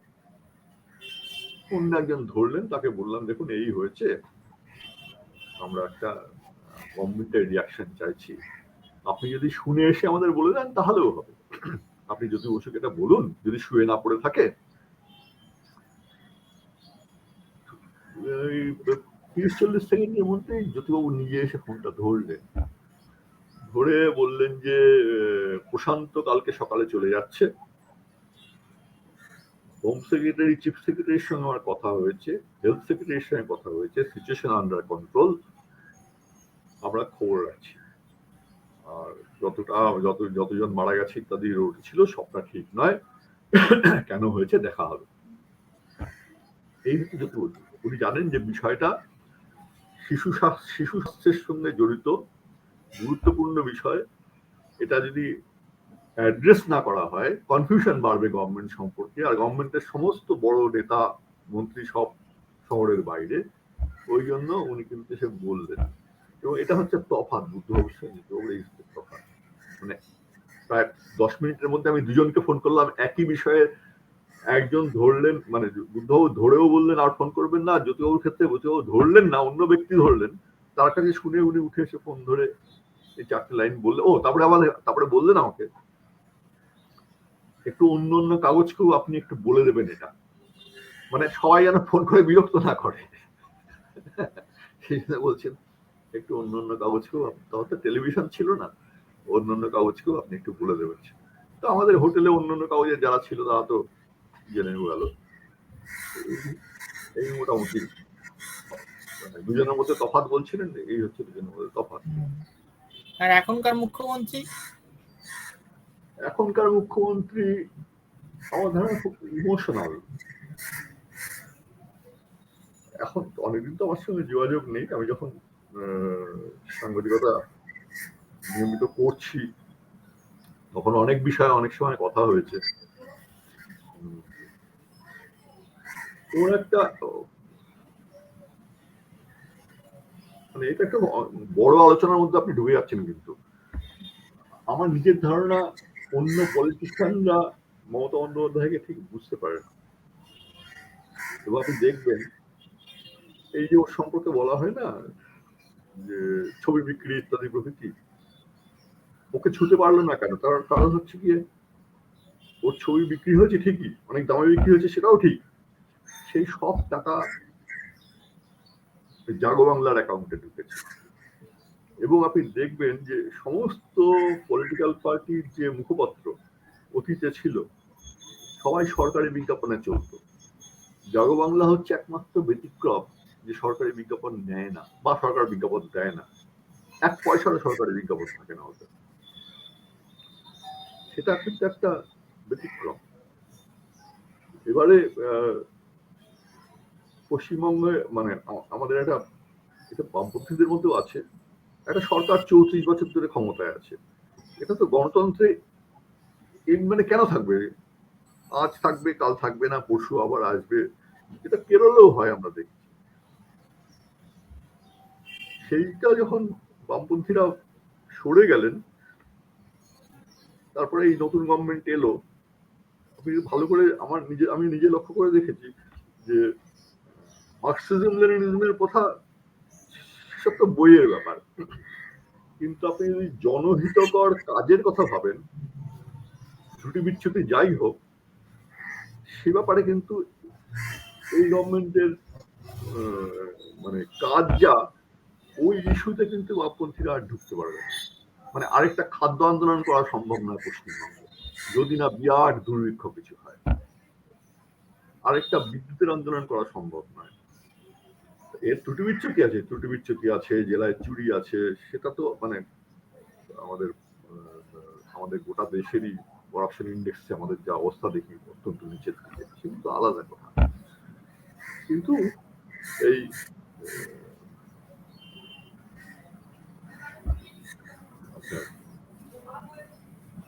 জনহিতকর কাজ বা প্রজেক্ট বা মানুষের জন্য রাস্তা তৈরি, এইগুলোতে কিন্তু এটা একটা নতুন ধরনের জিনিস তৈরি হচ্ছে। আচার আচরণের প্রশ্নটা পরে আসছে। কেজরিওয়াল, তার ইডিওলজি হচ্ছে ইন্ডিয়ান কনস্টিটিউশন।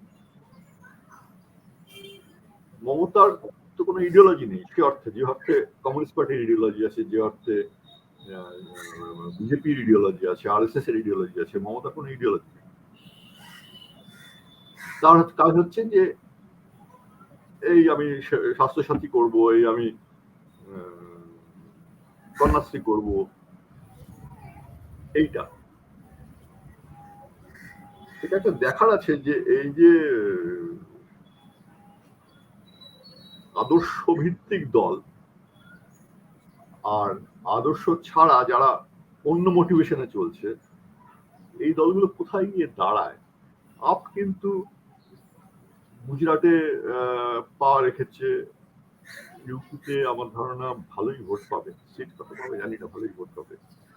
গোয়ায় গতবারে 6% ভোট হয়েছে। এবার অনেকে বলবে যে আপ তো সফট হিন্দুত্ব করছে, গণেশের ছবি দেখলাম সেদিন, কেজরিওয়াল গণেশ মূর্তি নিয়ে যাচ্ছেন, হনুমান চালিসা পড়ছে।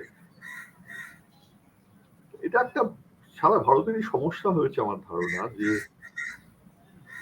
যেহেতু বিজেপি দলটা আগে অন্য নাম ছিল, জনসংঘ ছিল, এবং আরএসএস, এদের যেহেতু কোনো খাদ্য আন্দোলন মানে রুটি কাপড় বাসস্থানের আন্দোলন এরা করেনি, স্বাধীনতা আন্দোলন এরা করেনি, এরা মন্দিরে মসজিদ ধর্ম এই আন্দোলনটা করেছে, এবং এই আন্দোলনটা ওরা দেশ জুড়ে করেছে। আন্দোলন মানেই, গণ আন্দোলন মানেই প্রগতিশীল, এটা ভাবার কোনো কারণ নেই। একটা অত্যন্ত রিয়াকশনারি মুভমেন্ট, সেটা গণ আন্দোলনের রূপ চেহারা নিয়েছে এবং সারা দেশ জুড়ে হয়েছে। ওয়াতে যেটা হয়েছে, আমাদের রাজনৈতিক আবহটা বদলে গেছে। আজকে মায়াবতীকে দেখলাম ছবি, ত্রিশূল নিয়ে এসছেন মঞ্চে। রাহুল গান্ধীকে বলতে হচ্ছে আমি ব্রাহ্মণ, পুজো দিতে হচ্ছে। মমতা দুর্গা মন্ত্র বলছেন। আরেকটা গণ আন্দোলন ছাড়া এই মন্দির মসজিদ এবং ধর্মভিত্তিক যে আবহটা, এটাকে ভাঙা যাবে না। এটা ভাঙতে গেলে একটা পাল্টা গণ আন্দোলন লাগবে। সেটা কিভাবে হবে, কবে হবে, সেটা আমি বলতে পারবো না, কিন্তু এই আবহটা গড়ে উঠেছে একটা বড় গণ আন্দোলনের মধ্যে দিয়ে। আমরা তো, আমি বাবরি মসজিদ যখন ভাঙা হচ্ছে, আমি তখন ওখানে দাঁড়িয়ে, অত্যন্ত নিন্দনীয় কাজ, অত্যন্ত অন্যায় কাজ, কিন্তু ঘটনা হচ্ছে লক্ষ লক্ষ মানুষেরা সমর্থন করছে।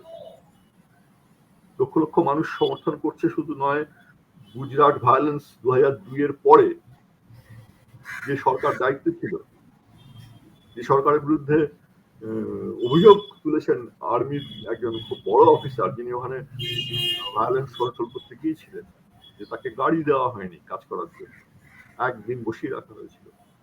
সেই সরকার বিপুল ভোটে জিতছে, তার ভোট বেড়ে যাচ্ছে। এইটা কিন্তু, এটা না আমাদের বাবা সাহেব আম্বেদকর কনস্টিটিউয়েন্ট অ্যাসেম্বলির লাস্ট দিনে একটা বক্তৃতা দিয়েছিলেন, তাতে আমাদের এটা সম্পর্কে সাবধান করে দিয়েছিলেন যে যেদিন, আমার ধারণা উনি বামপন্থীদের সম্পর্কেও কথাটা বলেছিলেন, যেদিন সংবিধানের ওপরে কোন দল তার আদর্শকে স্থান দেবে, সেদিন এই গণতন্ত্রের খুব বিপদ। এই একটা বলেছিলেন, তার সঙ্গে বলেছিলেন রাজনীতিতে ভক্তদের কোনো জায়গা নেই, ভক্তির কোনো জায়গা নেই। যদি রাজনীতিতে ভক্তি আসে, ভক্তদের জন্ম হয়, সেটা গণতন্ত্রের পক্ষে খুব বিপজ্জনক। এখন মনে হয় যে মানে কিভাবে বলেছিলেন আমি জানি না, এখন মনে হয় যেন কথাগুলো মিলে যাচ্ছে, বহু মিলে যাচ্ছে। সত্যি তো, কোন দিকে যাচ্ছে? শুধু যাচ্ছে না, বিপুল জনসমর্থন নিয়ে যাচ্ছে। এমন নয় যে তাকে লোক জোর করে কিছু একটা করছে, তা তো নয়। বিপুল জনসমর্থন নিয়ে কাজ, যা যা করা হচ্ছে বিপুল জনসমর্থন নিয়ে করা হচ্ছে। তার মানে আমাদের যে 80-90 সালের আগে আমাদের যে ভাবনা চিন্তা ছিল, সেই ভাবনা চিন্তাটা বদলে গেছে, বদলে দিতে পেরেছে একটা আন্দোলনের মধ্যে। সেটা আবার কিভাবে উল্টো দিকে যাবে এটা বলা খুব মুশকিল।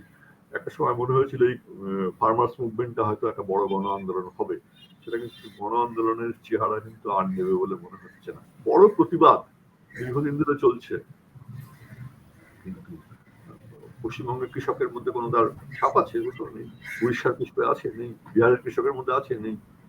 ফলে মধ্যবিত্ত তো দূরের কথা, ওই পেশার অন্য মানুষদের উপরই তার কোনো প্রভাব নেই। ওটা খুব আঞ্চলিক হয়ে যাচ্ছে, খুব আঞ্চলিক হয়ে যাচ্ছে। কিন্তু আমরা মূল জায়গা থেকে বোধহয় অনেক সরেও গেলাম। হ্যাঁ, আমরা আমরা মোটামুটি আমাদের আলোচনা পর্বের শেষেই চলে এসেছি। এবারে আমরা আর বেশি প্রশ্নের দিকে যাচ্ছি না। আমরা আর মাত্র দুটি প্রশ্ন, ছোট ছোট প্রশ্ন। একটা হচ্ছে যে এটা আপনি বলবেন যে আমার কয়েকজন পরিচিত সাংবাদিক বন্ধু আছেন যারা আমার বয়সী, যারা বিভিন্ন হাউসে কাজ টাজ করেন। তো তারা ইদানিং বলেন যে সংবাদপত্রগুলো কর্পোরেটাইজড হওয়ার ফলে তার এই যে একটা তার মধ্যে যে একটা ওয়ার্ক কালচারটা একটা অন্যরকম হয়ে গেছে, মানে যে একটা খোলামেলা ব্যাপার, একটা যে যেটা আপনি খানিকটা বলছেন আপনাদের অভিজ্ঞতার মধ্যে দিয়ে। তো আমি শুনেছি সেখানে এমন একটা ব্যাপার যে সেখানে এই খোলামেলা ব্যাপারটা থাকে না আর কি। তো এইটার বিষয়ে যদি আপনি কিছু বলেন খুব সংক্ষেপে, তাহলে। আমার মনে হয় যে সবই থাকা উচিত। কর্পোরেট সংবাদপত্র থাকলো, আবার ছোট ছোট সংবাদপত্রও থাকতে পারে, যদি তার কন্টেন্ট ভালো হয়, ঠিক মতো হয়, তার হয়তো বিক্রি কম হবে। এরকম মডেল আজ হয়নি, কাল যে হবে না বলা যায় না। যে বিজ্ঞাপন নয়, দাম বেশি, কন্টেন্ট ভালো, সেই জিনিস ভাবা যেতে পারে। ইতিমধ্যেই পোর্টালগুলো অনেকেই রিডারদের ফান্ডিং এ চলছে। ইংরেজিতে তো খুবই হচ্ছে, বিদেশেও হচ্ছে। এবং স্বাধীনতা চাইতে গেলে সরকারের বিজ্ঞাপন নেব আর সরকারের সমালোচনা করব, ওই দিনটা বোধহয় চলে যাচ্ছে। সরকারও অত উদার নয়,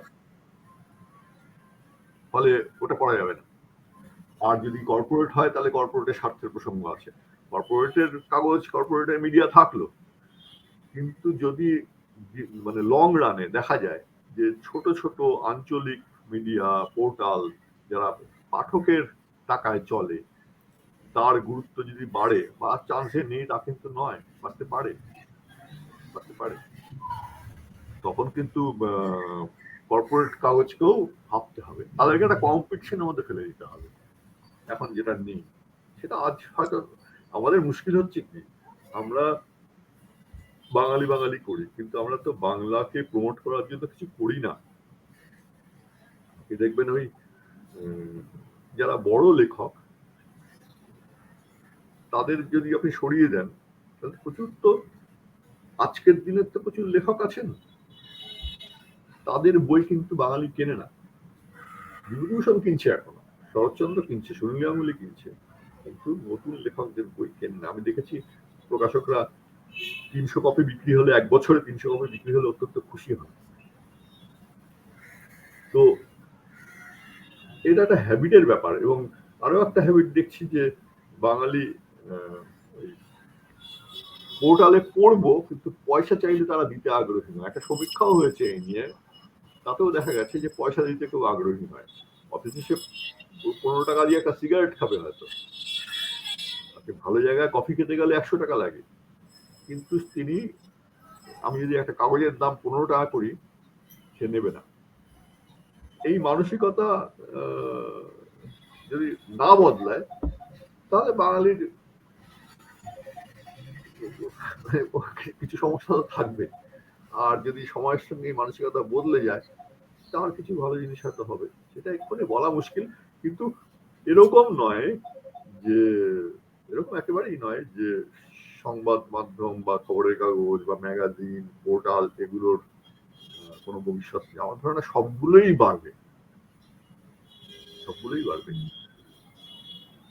কিন্তু কতটা বাড়বে, কিভাবে বাড়বে, সেটা কিছুটা পাঠকের অভ্যেস কিভাবে বদলাবে সেটা একটা বিষয়। আমি 24 পাতার কাগজ 2 টাকায় কিনতে পছন্দ করি, এবং সেটা ওই কাগজ যারা পুরোনো কাগজ কেনেন তাকে আবার 2.5 টাকায় বিক্রি করবো। কাগজটা পড়বো, তারপরে 2.5 টাকায় বিক্রি করবো, 8 আনা লাভও করবো। এই মানে মানসিকতাটা এইটা হলে চলবে না। এই মানসিকতা বদলাতে হবে যে আমি খবর পড়ছি, যদি কাগজে পড়তে চাই আমাকে আজ হোক কাল হোক এদিকে যেতে হবে, কিন্তু আর না হলে সরকারের ধামাধারা কাগজ হবে। যে স্বাধীন মতামত চাইবো, ভালো লেখা চাইবো, তাহলে বেশি দাম দিয়ে কিনতে হবে। কিছু ম্যাগাজিন আপনি দেখবেন, অনেকে বলে যে কিসের লিটল ম্যাগাজিন, 300, 400, 500 টাকায় বিক্রি হচ্ছে তো। আমি তো নিজে কিনি, আমি নাম বলছি না হয়তো। তো সেইটা হচ্ছে কি, ভালো লেখা পড়তে হলে পয়সা খরচ করতে হবে। ভালো জামা প্যান্ট তো আমি পরছি, পয়সা খরচ করেই তো পড়ছি। ভালো রঙিন মাস্ক পরছি পয়সা দিয়ে, দামি স্যানিটাইজার ইউজ করছি। কাগজের বেলায় হট ফ্রিতে খবরটা ফ্রিতে পাবো। আর নয়তো ইয়ে হবে, ফেসবুকে যেমন যে যা খুশি লিখে দিচ্ছে সেটাকেই খবর বলে ধরতে হবে। তার বিপদও সাংঘাতিক। সেই তখন তখন আবার সেই দুষ্টু চক্র যাকে বলে, তারা সেই সুযোগ নেবে, সেই fake fake video, fake news viral হবে। আর তাহলে আমাকে যদি উন্নত মানের সঠিক ভালো জায়গা থেকে তৈরি সংবাদ জানতে হয়, তাহলে সেই কোনো নামী সাংবাদিক যদি একটা প্রতিষ্ঠান তৈরি করেন, তার কাগজ যদি দাম বেশি হয়, সে বেশি দাম দিয়ে কিনতে হবে।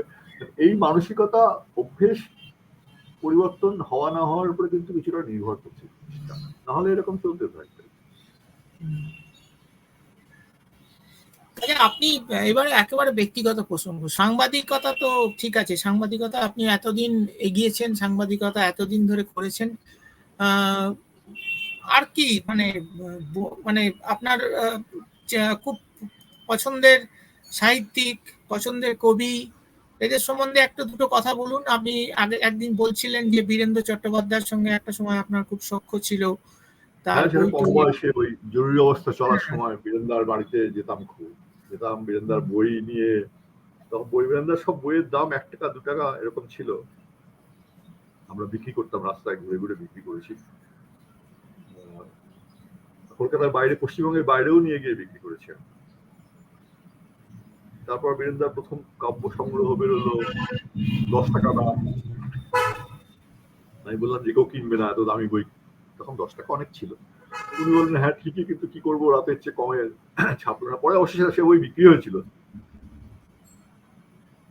এবং তখন ওই বন্দি মুক্তি আন্দোলন চলছে, জরুরি অবস্থা উঠবে, ইলেকশন সামনে, বীরেন্দ্র মিছিলে হাঁটতেন, আমরাও মিছিলে যেতাম, কারণ আমাদের চেনা জানা অনেকে তখন জেলে বন্দি, বা বন্ধু আত্মীয় স্বজন না হলেও বন্ধুর ভাই, মানে এরকম পাড়ায় এরকম বহু লোকজন থাকতেন তখন, যাদের এরকম জেলে বন্দি হয়ে আছেন, পাওয়া যেত প্রচুর। ফলে তখন তো বয়স কম ছিল, বন্দি মুক্তির ইতিহাসটা ভালো করে জানা ছিল না।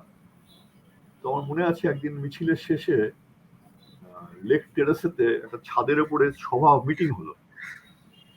একটা মাইক নিয়ে গৌতম ভদ্র আমাদের বললেন যে বন্দি মুক্তি কেন হয় বা কেন হবে। অনেকে বলছিল কি করে ছাড়বে না, কেন ছাড়বে। তো বলে না, অতীতেও বহুবার হয়েছে, কবে কবে হয়েছে, কি হয়েছে, ওই মানে ওই বক্তৃতাটা আমার এখনো মনে আছে। এটা ওই 77-এর গোড়ার দিকের কথা বলা হয়। তখন যেতাম। তো এমনিতে আমি বিনয় মজুমদারের খুব ভক্ত, বিনয় মজুমদারের খুব ভক্ত। প্রায় সব বই আমার কাছে থাকে। মাঝে মাঝে মানে এরকম তো মাপা যায় না যে ছোট বড় কবি, তা নয়, সেটা আমি বলছি না, কিন্তু বিনয় মজুমদার পড়তে খুব ভালোবাসি। তার মানে কি শঙ্খ ঘোষ পড়ি না? একদমই সে কথা বলতে চাইছি না। শঙ্খ ঘোষ তো আমাদের সময়ের যদিও মারা গেছেন কিছুদিন আগে, মানে আমাদের সময়ের বিবেক হিসেবে ছিলেন। বিরাট ব্যাপার। আর এমনি কথা সাহিত্য, কথা সাহিত্য তো ঘুরে ফিরে এই যে এখন কদিন ধরে ঢোড়াই ছবি মানুষ একটু একটু পড়ছি, আচ্ছা ওরকম বলতে পারবো না। আমার ভালো লেখা হলে আমি পড়ি, ভালো না হলে পড়ে বাদ দিয়ে দিলাম হয়তো। আচ্ছা ভালো লেখার তো অভাব নেই, বাংলা বা ইংরেজি বা অন্য দেশে যা লেখা আছে, ভালো লেখার কোনো অভাব নেই। তবে আমার বেশিরভাগ সময়টাই যায় অবশ্য পড়ে, খবর পড়ে এবং খবর সংক্রান্ত বিষয়ে পড়াশোনা করে, তাতেই বেশি সময়টা চলে যায়। সাহিত্য পড়ার সময় আমার কম। আচ্ছা আচ্ছা ঠিক ঠিক আছে, অনেক ধন্যবাদ সুভাষিস দা। হ্যাঁ, অনেক ধন্যবাদ। আমরা অনেকক্ষণ কথা বলেছি, দুটো পর্বে অনেক ধরনের কথা আমাদের মধ্যে আলোচনা হয়েছে। তো আশা করি যারা এটা শুনবেন তাদের ভালো লাগবে। আমাদের সকলকে ধন্যবাদ। আমরা আজকের আমাদের পর্ব এখানেই শেষ করছি। নমস্কার। থ্যাংক ইউ, নমস্কার।